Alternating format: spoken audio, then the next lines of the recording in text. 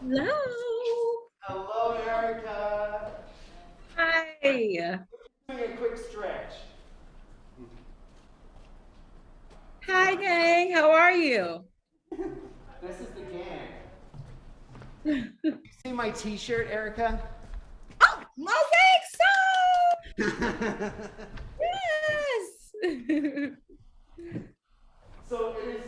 You can use your core to roll up, come into a nice standing position, and then you can actually sit again, concert choir. It is my great joy to introduce Keene State College Concert Choir to Erica Nwachukwu, coming in from Chicago. Um, I'll do a quick introduction of some important concert choir people for you, Erica. You know me, obviously, and we'll talk about that in a second. But this is our amazing collaborative pianist, Dr. Christopher Evett. We also have two student conductors this semester. We have Brianna Jenkins, way up in the back, and we have Topher Clark. And we also have some section leaders present today. We have Sam, Bree, who already stood up. We have Paul, and Cam, who is out. We have a little bit of a quarantine situation today, so No. we have Okay. we have more students out today than I expected, but we're still there. We're going to do our best. You make the best of it. So I will introduce you all to this amazing woman. So Erica Nwachukwu, we met at Millikan University, which was the school that I previously taught at in Central Illinois. And we worked together in University Women's Choir and an opera workshop. And I was blown away the first time I ever heard Erica sing by her amazing connection to her whole self when she performs. And so I feel like we had a good time together, but you can talk about whether you have a different perspective on that. But I just loved working with you, and I was so excited when you said yes to this opportunity of giving us some feedback on this amazing piece by Andre Thomas. I asked you because you're an amazing musician, and it also just happened to be that you're also a black amazing musician. So those two things go hand in hand when we're talking about this piece, and I know that you'll probably hear some things that you would do differently, and that's why we're here. Is there anything else you want to say about yourself or you want to know about us before we sing for you? I am just very excited to be here. I'm very excited to hear you all's interpretation. I'm excited to provide some feedback, some commentary. Just I'm excited to share and talk and tell a little bit more about myself and hopefully learn a little bit more about you all. Awesome. Well, thank you. Concert choir, please be upstanding. And we're going to have a run through of I Hear America Singing. I'll conduct from here because I feel like it's a good spot for our webcam. If we get in a few measures when the choir comes in, Erica, and you can tell there's something weird with sound, would you just yell out like, please stop, let's fix something? Okay, I can definitely do that. Thank you. Don't stop us if you don't like it. Just stop us if you can't hear Oh, us. All right, here we go. Sorry, you can't see me here. It's awful. How does this work? That's better. Okay. Wait, you don't need to see me, do you, Erica? Sorry, I can do this. I can do that. Okay. Okay.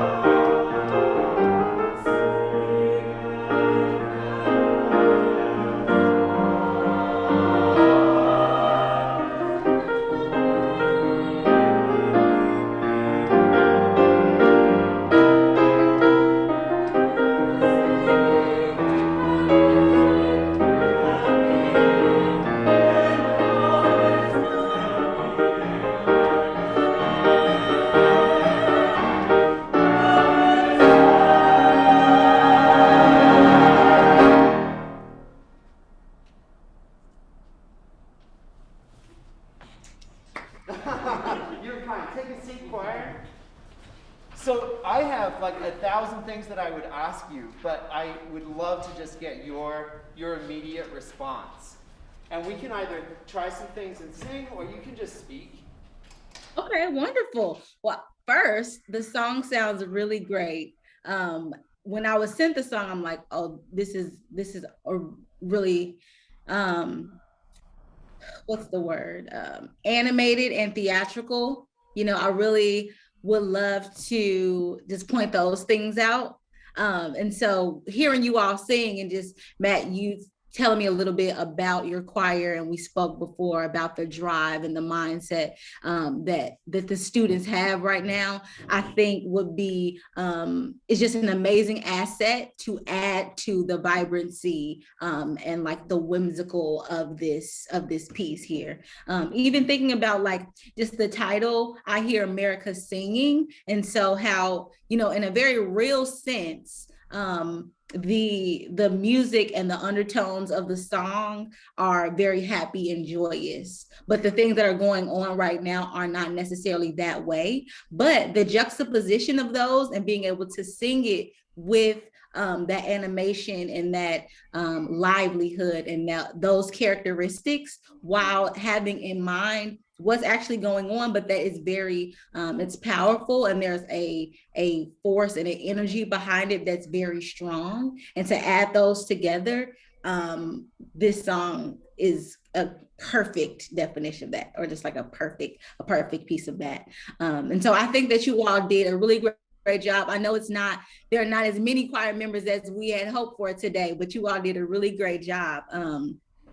I would love to hear us maybe sing it again. And particularly, I'm a soprano, so you know I always have love for the sopranos. And I believe we're just like the star power here. But I think don't encourage them. we are definitely the star power here.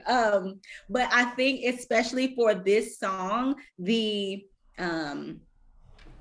how would I say, the power there, I need that to be coming from the sopranos, because it's especially for like the last, I want to say like the last two measures or three, like the Promised Land, just the power and the wake up energy from that, saying those words, Promised Land, just because like historically those words, Promised Land, make you immediately think of the struggle before getting to that place. And so once you are in the Promised Land and you're inhabiting that space, you want a jubilant, joyful, strong and exuberant tone when you're singing there. And that's for everyone. And I think you all did a great job. I'd love to hear that again. But sopranos, I'm definitely calling you out because we are the top there.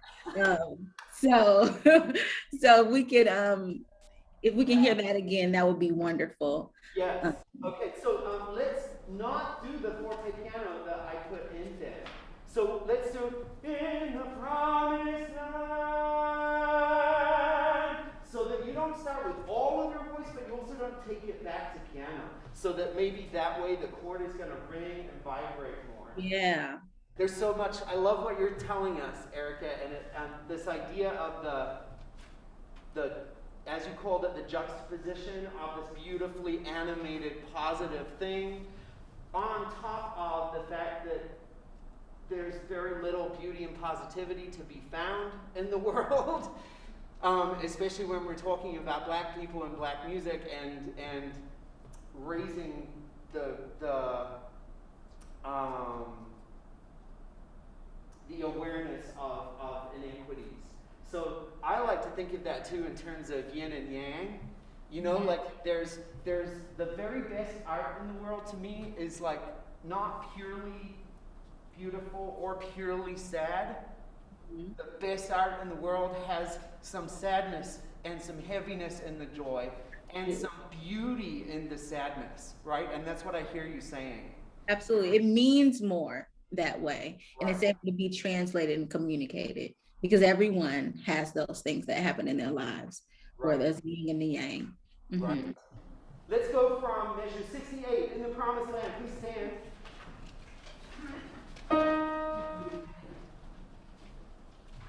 One, two, three, and...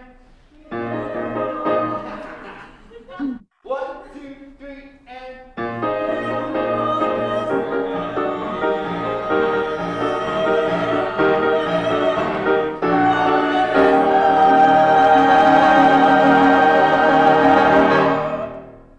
Yes. Was that enough?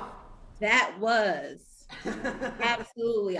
I felt the energy there. Awaken more. Awesome.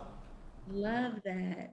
And then, so the one thing that I did want to note on is with the diction. Yeah.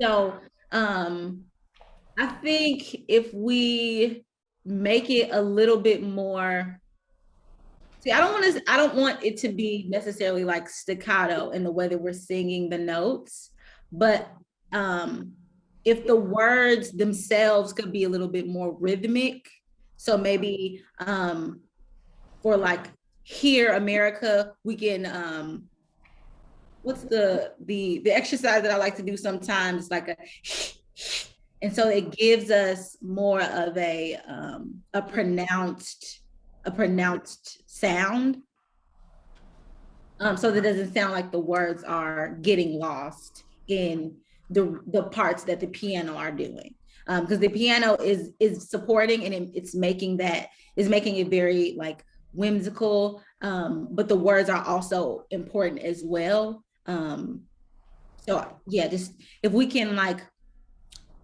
try it one more time and then try to be a little bit more clear with the diction, the diction of the words.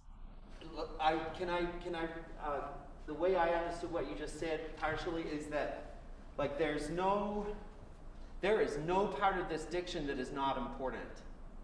Absolutely. Right? Every single part of every single word has to be heard at the back of the hall. Do you want to hear the same part, or should we start at the top?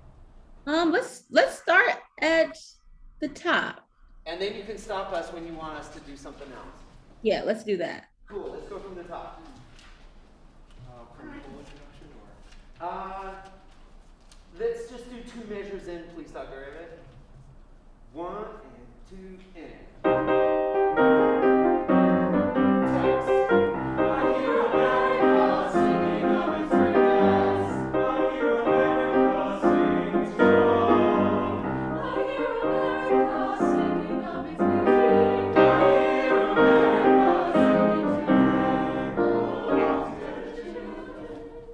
Perfect.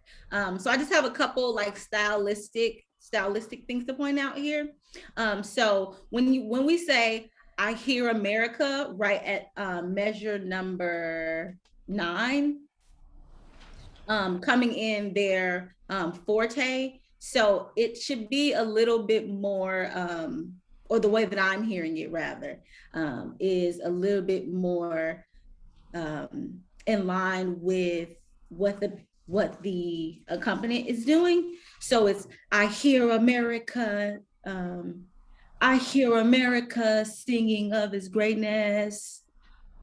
And then at measure 13, we want to bring it down a little bit more, but with the same intensity of the words and the drive. So that way it communicates this jubilant, joyful noise when the song first starts. And then you want to take it down so that even those people who didn't hear us when we were loud, the people who are in the nooks and crannies of the world, I hear America singing of his beauty. And then when we get back to measure 15, we're forte again, and then it goes over into the walk together children, which is like, another part, but the fullness returns at measure 15. Can we try something, Erica? Can I have the choir speak through your text starting at measure 9 with all of that intensity that you just heard Erica give into the language itself? Ready, starting at 9, just speaking, but with all of your body, all of your emotion, all of your intent.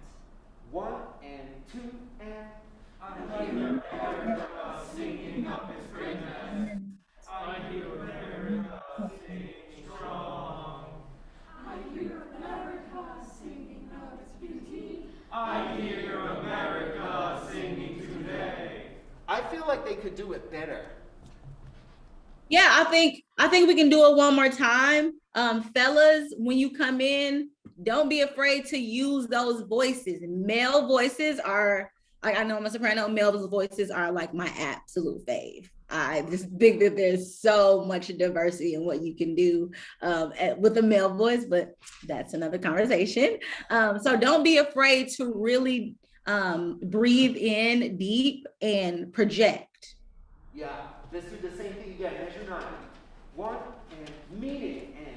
I hear America singing of its greatness. I hear America singing strong. I hear America singing of its beauty. I hear America singing today. Can we do the same thing with music now? Right on 9. Yes. And we'll go on, just in case you want to say anything about Walk Together. Sounds good. Okay. 1 and 2 and. I hear America singing of its greatness. I hear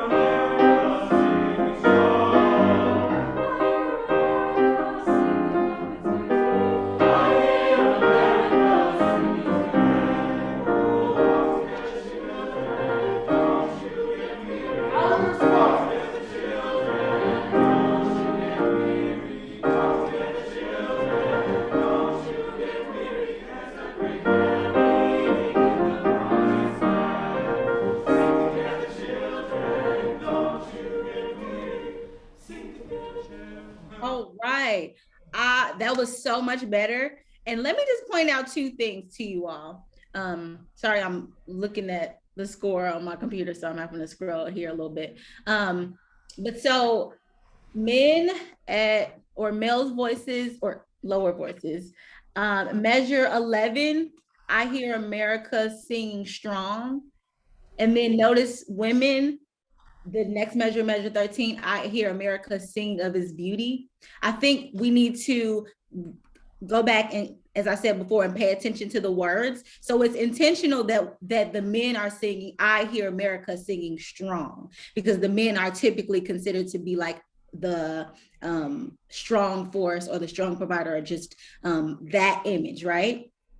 And then the women delicate voices that really show and tell of the beauty of America here in with the female voice. And so, as I was saying before, men try to really do your best to project and sing. And women, obviously, we're singing firmly and healthily as well, but we want to sing that as if it's almost like a lullaby. So do you mind to play? From 11? Yes. Yep. One more time from 11, you can say. 1 and 2 and. I hear America singing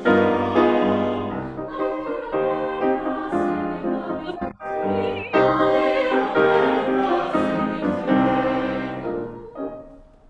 Yeah. I heard a huge difference in that. Well done. Absolutely. Wonderful job, you guys.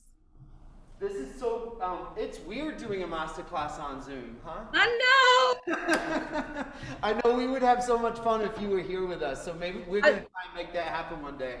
I would love that. I would absolutely love that. So I want to get to some question and answer as well, but I just wonder what you think of our interpretation. So I've told them for the Walk Together Children part that it needs to feel like this, like it's easy, right? Mm-hmm. Even though there's so much we have to do, it has to feel kind of cool and easy, like it's nothing for us to do all of this rhythm. Mm-hmm. That's what I'm going for. Do you hear that, or do you hear it should come out a different way? No, I think that you're spot on with that. And even, looking directly at the words, walk together, children, don't get weary. there is a lot there. But as children, if we think back, it's like children are the most complicated, but the most simple beings, simple, age in our life. But there are so many components, so many, eyes on children, making sure things are okay. But really, at the end of the day, it's easy sailing, it's smooth, interactions with the way children behave with their friends, with the way children behave with their parents. But there's also like a solid unification in that as well. So I like to think of it here as like almost like a nursery rhyme. So there is a lot going on, but we all keep up and we all stay together. So we'll walk together, children, don't you get weary, sort of way. Right. We're encouraging each other in this way that's both simple and understanding all the realities that are actually going on. Absolutely. Yep.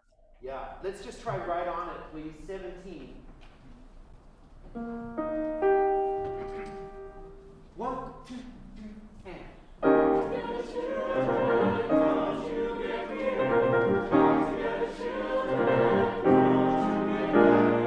could do with a little more soprano. You the tunes. Can we just do it one more time at 17? 1, 2, 3.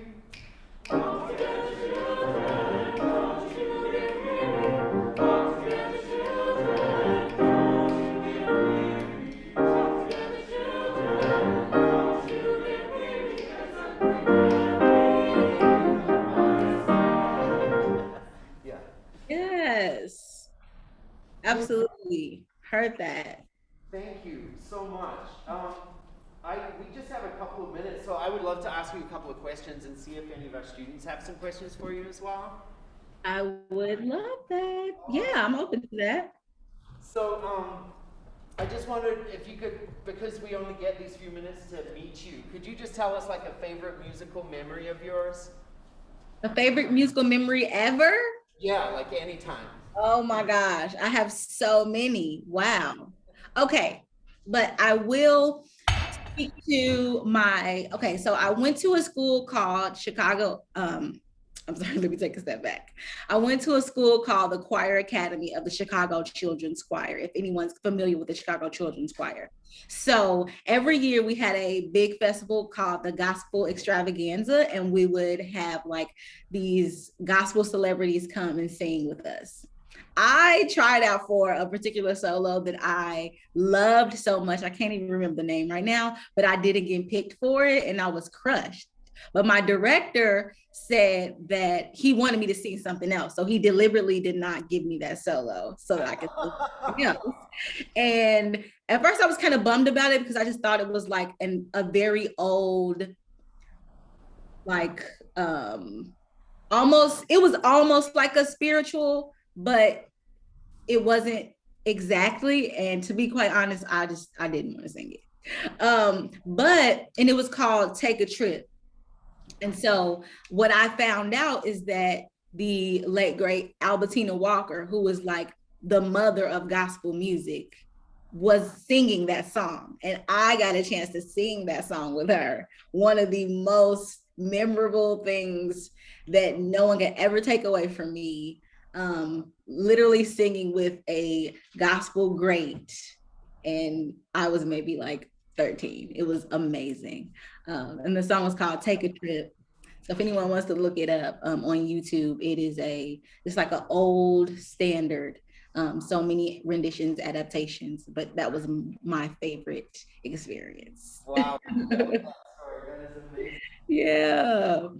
Can I ask you, is there anything that you might tell a college student that you would do differently if you got to go back to college for the first time? If I got to go back to college, I would certainly speak up more.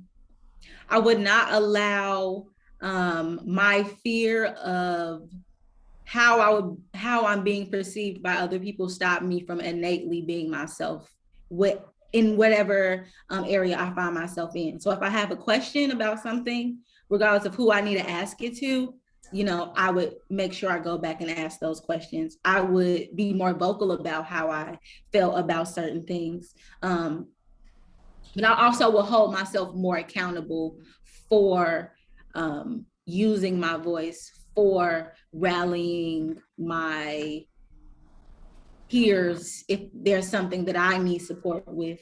I would be I would speak up more. I would say that. Don't ever allow someone to silence you, and it's your responsibility to take up space. So definitely do that. Oh my God, that is such a beautiful, empowering statement. Can anybody relate to that as a student? I think that's amazing. Thank you for sharing that with us. Absolutely. There are so many questions I want to ask you. Does anybody have a question that they'd like to ask of Erica? Paul, Ryan, Breach. Question.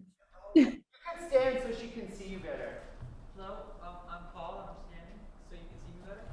Hi, Paul. Hopefully you can hear me, but I'm a pretty loud person anyway, so. Okay. So my question is, many people have when they get to the position that you're in. I can't hear you, dear.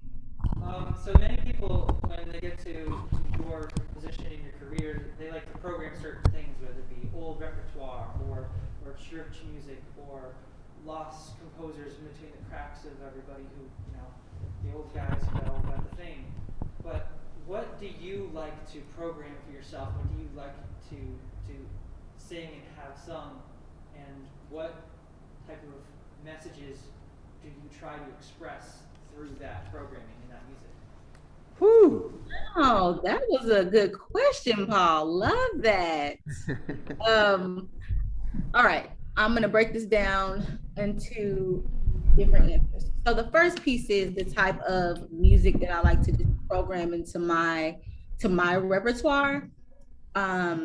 Is really vast. And I was just having a conversation with someone earlier this morning about how my interests are so broad and that I can't leave anything out, because then I don't feel like I am being and then I don't feel like I'm being my full self and giving all of me the type of musical stimulation that it needs, because ultimately that makes up who I am. But I certainly will say I love Negro spirituals, and I love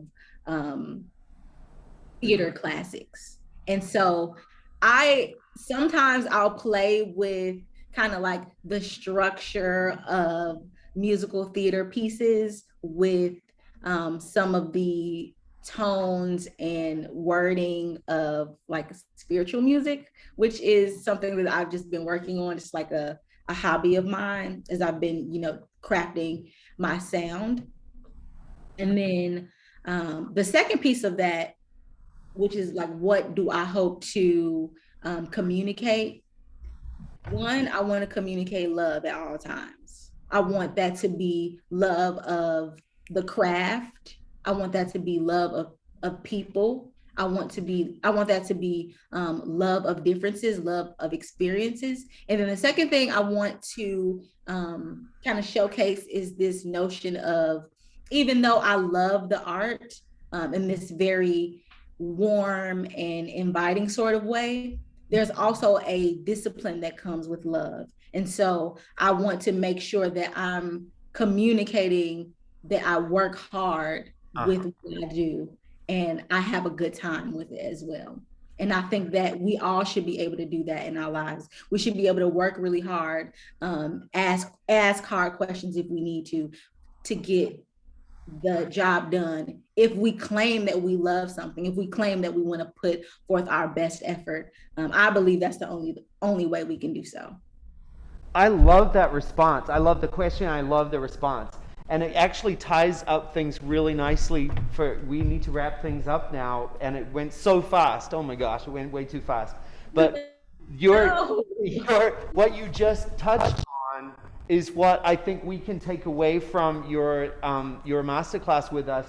You were encouraging us to sing powerfully, to sing with your full self, and to show the discipline, like in the diction. Be disciplined with your diction.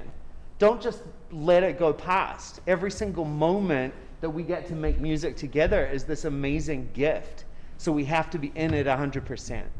Absolutely. Every note, every word is intentional. So we should move that way. Yeah. Mhm. Thank you, Erica. Can we give Erica a round of applause for joining us today?